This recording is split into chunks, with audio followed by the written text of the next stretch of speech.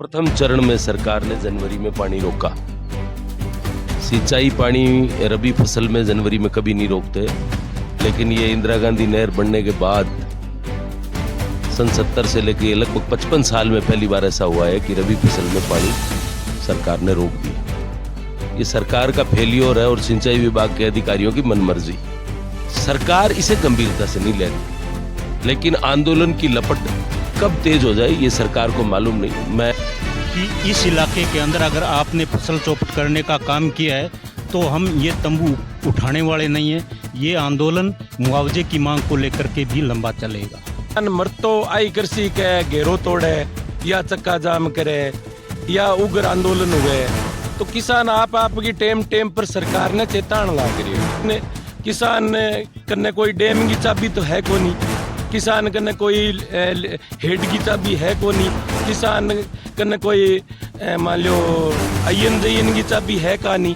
किसान तो सिर्फ आंदोलन करके सरकार ना चेता ही सके। में किसान के बेटे हैं, लेकिन लानत ऐसे किसान के बेटों पे जो किसान के घर में जन्म लेके किसान के पीड़ा नहीं समझ सकते, किसान के दुख दर्द को नहीं समझ सकते। अखबार के अंदर आया है कि जिन लोगों के घरेलू कनेक्शन की 5,000 रुपये बकाए हैं उनका हम कनेक्शन काटेंगे। जो बिल आया है उस बिल को ठीक करे। तो लाइट ही नहीं है तो फिर पैसे किस बात के दे? हमारे को बिजली नहीं दी है तो पैसे किस बात के दे? इसलिए मैं भजनलाल जी की सरकार को आपके चैनल के माध्यम से बताना चाहता हूँ। तक पर एक बार फिर से स्वागत है साथियों। लूणकंसर के अंदर पिछले 10 दिनों से किसान धरने पे है।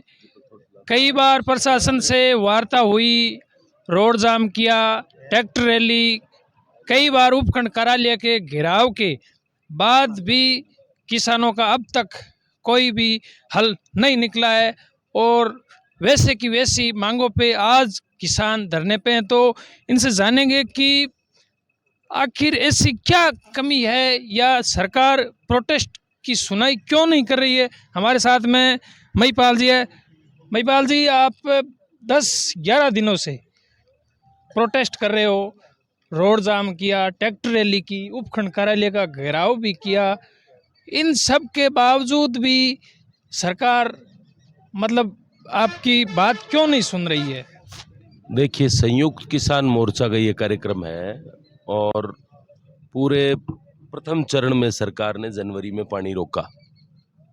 सिंचाई पानी रबी फसल में जनवरी में कभी नहीं रोकते, लेकिन ये इंदिरा गांधी नहर बनने के बाद सन 70 से लेकर लगभग 55 साल में पहली बार ऐसा हुआ है कि रबी फसल में पानी सरकार ने रोक दिया।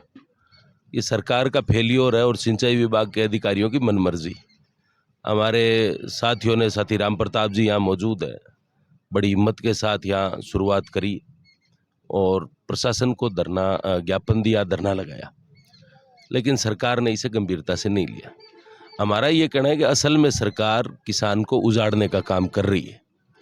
ये पूरा का पूरा एक चक्कर है। हालांकि ये बहुत लंबी विस्तृत बात हो जाएगी, लेकिन ये कॉरपोरेट का बनाया हुआ जाल है जिसमें सरकार इस पूरे प्रथम चरण के किसान को उजाड़ना चाहती है। लेकिन राजस्थान की सरकार इस बात को नहीं जानती कि 1970 में जब इंदिरा गांधी नहर आई और प्रथम चरण में जिस इलाके में अलॉटमेंट हुए 1 लाख भूमि इन किसानों को ज़मीन मिली, वो किसानों ने लड़के ली थी। सरकार तो उस वक्त भी घरानों को ज़मीन नीलाम कर रही थी, लेकिन वो ज़मीनें बाद में भूमि इनको अलॉट हुई और किसान ने अपना खून बहाया। हनुमानगढ़, जब गंगानगर जिला संयुक्त होता था, हनुमानगढ़ से लेके अनूपगढ़ तक ये लड़ाई चली। और अब आपने जो सवाल किया कि क्या आंदोलन में ताकत नहीं है, देखिए, आंदोलन में ताकत थी, आंदोलन में ताकत है और आंदोलन में ताकत रहेगी। किसान गढ़साना में भी बैठा था, किसान खाजवाड़ा इलाके में बैठा था और किसान लूणकरनसर में भी 10 तारीख से पड़ाव लगा के बैठा है। 4 फरवरी को जलसे हुए, सरकार को चेतावनी दी पानी दो। उसके बाद में 10 तारीख को पड़ाव के ऐलान हुए, महापंचायतें और फिर पड़ाव। सरकार इसे गंभीरता से नहीं ले रही, लेकिन आंदोलन की लपट कब तेज हो जाए ये सरकार को मालूम नहीं। मैं हर जगह ये जिक्र करता रहा हूँ, जलसों में, अपनी बात में भी कहता रहा हूँ कि सरकार इस बात को नहीं समझ रही है कि लड़ाई कभी किसी के लगाने से लड़ाई नहीं बढ़ती है। ये किसान के पेट की लड़ाई है और किसान के खेत की फसल जब जलेगी तो फिर सरकार के किसी ठंडे छींटे से वो रुक नहीं सकती, किसान का दर्द मिट नहीं सकता। तो हम तो सरकार को चेताने के लिए बैठे हैं। हमने मणिपाल जी एक मिनट रोकना चाहूँगा, आपने हाईवे जाम किया 4-5 घंटा और ट्रैक्टर रैली की, सरकार पे प्रेशर बनवाया और वो प्रेशर सरकार को दिखा भी, लेकिन नज़रअंदाज क्यों हो रहा है आपका धरना? नज़रअंदाज नहीं हो रहा धरना। आपने खुद देखा यहाँ पर आखिरी वार्ता जो आज से 3 दिन पहले भी 18 फरवरी को परसों, वो 4.5 घंटे की मैराथन वार्ता थी।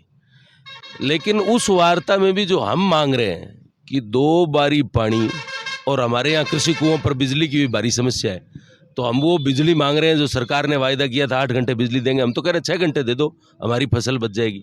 उस पर सरकार सहमत नहीं, तो फिर वार्ता टूट गई, गतिरोध बरकरार है। और इसमें जो बड़ी कमी है वो ये भी है कि स्थानीय जनप्रतिनिधियों की भी कमी है और सिंचाई विभाग के अधिकारी इस मनमर्जी पर अड़े हैं। प्रशासन क्या आश्वासन दे रहा है वार्ताओं के अंदर? आपकी वार्ता हुई, जो वार्ताओं में आप शामिल थे, 4 वार्ताओं के दौरान। देखिए, हम सारी वार्ताओं में शामिल थे। हमारे किसान मोर्चा के यहाँ के अध्यक्ष लालचंद जी, डॉक्टर राजेंद्र जी, और भी नेता, किसान सभा के राम प्रताप जी, हम तमाम वार्ताओं में देखिए प्रशासन पर दबाव था। प्रशासन टकराव करता नजर नहीं आ रहा, लेकिन सरकार इसे थोड़ी गैर गंभीर ले रही है। पानी की बात को और मुद्दे को सरकार समझ नहीं रही है, और जब इसे सरकार समझ नहीं रही है तो जिस तरीके से हमारे साथी तोड़ाराम जी, धर्मवीर जी, डॉक्टर राजेंद्र जी और परसों ये सब साथी जिस तरीके से नेतृत्व करते हुए यहाँ प्रशासन के लगाए हुए सारे सुरक्षा व्यवस्थाओं को धत्ता बताते हुए आगे बढ़ गए, तो सरकार को ये समझना चाहिए कि वो किसान की ताकत थी जिससे नेता आगे बढ़ गए। अकेले किसी की हिम्मत नहीं थी कि वो आगे बढ़े।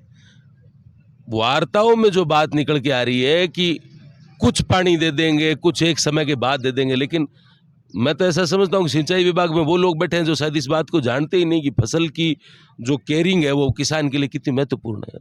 अपने छोटे बच्चे को जैसे किसान पालता है वैसे फसल पालता है, तो वो इसको नहीं समझ रहे हैं। और किसान तो बस अपना धरना ही दे सकता है, प्रदर्शन कर सकता है। चक्का जाम में दबाव बना था।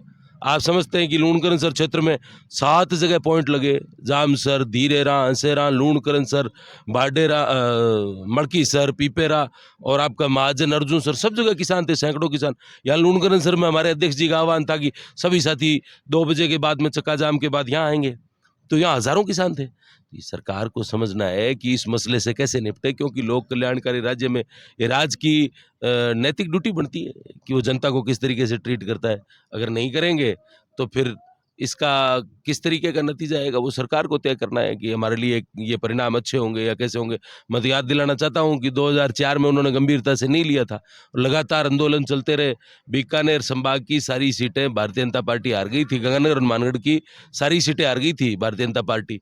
तो ऐसे असर फिर कई बार चुनावों तक जाते हैं। राजस्थान सरकार को सोचना चाहिए कि जनता अगर अर्श पर बिठा सकती है तो फर्श पे भी ला सकती है। लेकिन कल बजट भी राजस्थान का सरकार ने पेश किया है, उसको लेकर आप क्या कहोगे? 150 यूनिट, 100 की जगह 150 यूनिट बिजली फ्री की है, लेकिन बिजली ही नहीं है तो बजट में कितनी यूनिट, 300 को कह देते क्या फर्क पड़ेगा। अभी तो 1 महीने के बिल कर दिए हमारे यहाँ। ये मैंने पूछा बिजली के किसी अफसर से, तो उन्होंने कहा कि ये पहले ये प्रयोग हो रहा था एक अजमेर डिस्कॉम में शायद, और अब यहाँ करने लग गए। 1-1 महीने के बिल दे रहे हैं। सरचार्ज आप जो 2 महीने से ले रहे थे वो महीने पर ले रहे हो। किसान के यहाँ बिजली नहीं आ रही, आम उपभोक्ता की भी नहीं आ रही, और आप किस तरीके से, आप उस पर कितना भार डाल के कौन सी 150 यूनिट फ्री करना चाहते हो। मैं ज़्यादा बखान नहीं करना चाहता, लेकिन पिछले राज की तरह या तो आप ये घोषणा कर देते कि 100 यूनिट तक फ्री देंगे, पर आपने उसमें भी नई कंडीशन डाल दी।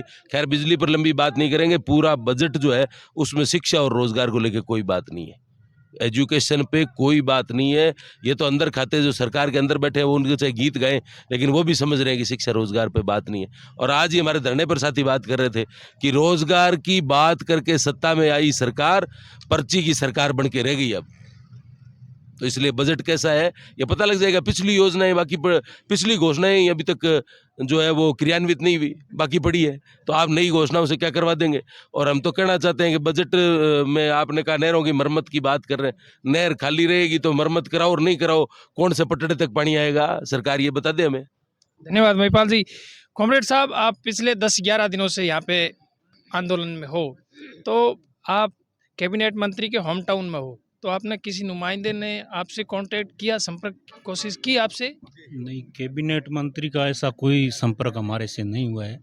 लेकिन ये 10 दिन से जो धरना चल रहा है, मैं लगातार यहाँ धरने पर रात और दिन यहीं रहता हूँ। सभी किसान साथियों के हौसले बुलंद है, सभी इस लड़ाई को जीतना चाहते हैं और सरकार जिस प्रकार से सिंचाई का पानी रोक करके इस इलाके को तबाह करने का जो काम किया है, 80% फसलें अब अगर जे पानी मिल जाएगा ना तो भी तबाह है। इसलिए मैं सरकार से आपके चैनल के माध्यम से ये मांग करता हूँ कि इस इलाके के अंदर अगर आपने फसल चौपट करने का काम किया है तो हम ये तंबू उठाने वाले नहीं हैं। ये आंदोलन मुआवजे की मांग को लेकर के भी लंबा चलेगा। ये हमारी इस संयुक्त मोर्चे की तरफ से मैं आपके चैनल के माध्यम से सरकार तक ये कहना चाहता हूँ। लेकिन इसका समाधान क्या निकलेगा? अगर ऐसे ही 8-10 दिन हो गए फिर आगे लंबा, कि समाधान क्या है? बीच का रास्ता क्या है आप और सरकार के बीच का? समाधान का रास्ता यही है कि सरकार बैठ कर के बात करे किसानों से और किसानी की जो फसल है उसको बचाए। बातचीत से ही फैसला निकलना है। हमारा ये आंदोलन जारी रहेगा, ये हमारा सरकार पर प्रेशर रहेगा आंदोलन के माध्यम से। लेकिन सरकार कह रही है नहरों का कॉन्ट्रैक्शन का काम हमने शुरू कर दिया है। अभी नहरों के अंदर पानी नहीं है, पानी देना भी नहीं चाहती है, तो फिर कितनी नहरें और निकाल दें, कोई फ़ायदा नहीं। ये सरकार की बेतुकी बयानबाजी है। धन्यवाद। हमारे साथ में यहाँ पे संघर्षरत और भी है। तोड़ाराम जी, इस तरीके से किसान को पुलिस का घेरा तोड़कर आखिर कब तक उपखंड कार्यालय के अंदर घुसना पड़ेगा? हर सरकार के अंदर कोई भी किसान की ज़रूरतमंद चीज़ हो उसके लिए ये आंदोलन क्यों लगाने पड़ते हैं? देखो, किसान ने कोई राज की कुर्सी तो मांगे को नहीं। किसान मांगे लाइट और बिजली और पानी। पानी मिलन कौन लाग रहे हो? आखिर मरतो किसान के करे? किसान मरतो आई कृषि के घेरो तोड़े या चक्का जाम करे या उग्र आंदोलन हुए तो किसान आपकी टेम पर सरकार ने चेतावनी लाग रही है। फिर भी अगर सरकार के काना माँ जू ही तक सड़पड़ान कान लाग रही तो फिर किसान आखिर के कृषि मरतो किसान अब पानी मांगा और पानी नहीं देसी, लाइट नहीं देसी, फिर फसल बीमो मांग शा, फसल बीमो नहीं देसी तो फिर आगे जनता आपको जवाब वोट के चोट देसी। तो वक्त आने पर सारो कुछ हो सी, लेकिन किसान कन्ने कोई डैम की चाबी तो है को नहीं, किसान कन्ने कोई हेड की चाबी है को नहीं, किसान कन्ने कोई मान लो आईएन जईएन की चाबी है का नहीं। किसान तो सिर्फ आंदोलन करके सरकार ना चेता ही सके कि हमारे आ कमी है और आ कमी पूर्ति करो। अगर कमी पूर्ति नहीं करसी तो आंदोलन को जरिए है किसान कने। किसान मरतो के करतो बैठ्या लार ले 10-11 दिनों बैठ्या और नहीं देसी तो आगे धरनो जारी रहसी। वो मारे आगे अध्यक्ष जी को जिया भी आदेश उसी भी आदेश ने फॉलो करसा। लेकिन कॉमरेड आंदोलन के बहुत पक्के होते हैं। नहीं, कॉमरेड तो आंदोलन के पक्के हुए, किसान पक्का हो गया। बात किसान की मान और सम्मान और बच्चा न पढ़ाने की पढ़ाई न लेके, घर खर्चो चलाने लेके, डांगरा न तूड़ी तक की सोल्टी चाण लाग रही है। गाया न तूड़ी को नहीं बन के रेड़ स्या, घरे भैंस है कोई पाड़ की है टोगड़ती है बन के रेड़ स्या। समस्या तो किसान के आज आ हो रही है कि टाबर पालना तो बहुत मुश्किल की बात है, फीस तो बहुत मुश्किल की बात है, लेकिन जबकि घरे जको दीणो है नी वो दीणो भी आज जीरे के टाइप होने लाग रही है। दूध का भाव को नहीं और इन्हें जो कचरो है जो पंजाब मंगाण लाग रहा, आज 600-700 रुपया कुंटल कचरो पंजाब आण लाग रही है। और हटे जो कचरो हूणो जो कणक की जगह तूड़ी होया करे बा हुणी बा जीरो बराबर होगी हुणी कौन लाग रही। तो किसान आखिर करे के बेचारो? किसान तो ज्यादा के करे, मारा ही भाई पुलिस वाला है वह घेरियो दे मैं भी न तोड़ रागे उड़ जावा, बड़े बड़े नाराबाजी कर घेर पाछा धरने मरार बैठ जा। और अब किसान के करे? अभी ऑफिस में कोई होदकुंड तो लागेड़ो कौन जो किसान भाज घेर जार पानी भर लिया हुआ है, लेकिन के करा? मैं सरकार ने चेतावनी देने की कोशिश करा, सरकार भी बात न मानन कान लाग रही। अब काल सरकार के ही नुमाइंदा अध्यक्ष ने नेरगा जगह अध्यक्ष अखाड़ा जगह मेम्बरा बन बुलाया कि आधी बारी देशिया और काल 5 बजे फिर फरमान जारी कर दियो कि ना पानी कौन देवा। अब पीने वाले पानी की भी आज के दिन किसान के खेत के माँ जकी मछलियां होया करे नहीं डिग्गी के माँ बे मछलियां मर गई। भाई हमारी पालेड़ी में जाऊं ता लेन मोटर चलाने तो भाई उछल के हमारा कोड करती पानी ऊपर आती 4-4-5-5 फुट। आज भाई तड़फड़ा मरन लाग रही है बने दूसरा जगह जीव जंतु भाई खान लाग रही है भी महामारी फैलन लाग रही है। आज हर आदमी के जुकाम होने लाग रही है, मछलियां मरने के बचूं, गलत प्रदूषण होने के बचूं आ महामारी फैलन लाग रही है। तो सरकार ने सोचनी पड़सी बात के ऊपर और सोचने पर सरकार ने मजबूर कर दिया। लूणगंज सर का यहाँ इतिहास रहा है, 2017 हो गया, 21 हो गया, 2025 हो गया, आंदोलन करने पड़ते किसान को। एक ही विपक्ष में रहते हुए वादे करते हैं, सरकार पे आने पे क्या कमी रहती है जो वादे पूरे नहीं हो सकते, किसान को ये प्रोटेस्ट करना पड़ता है?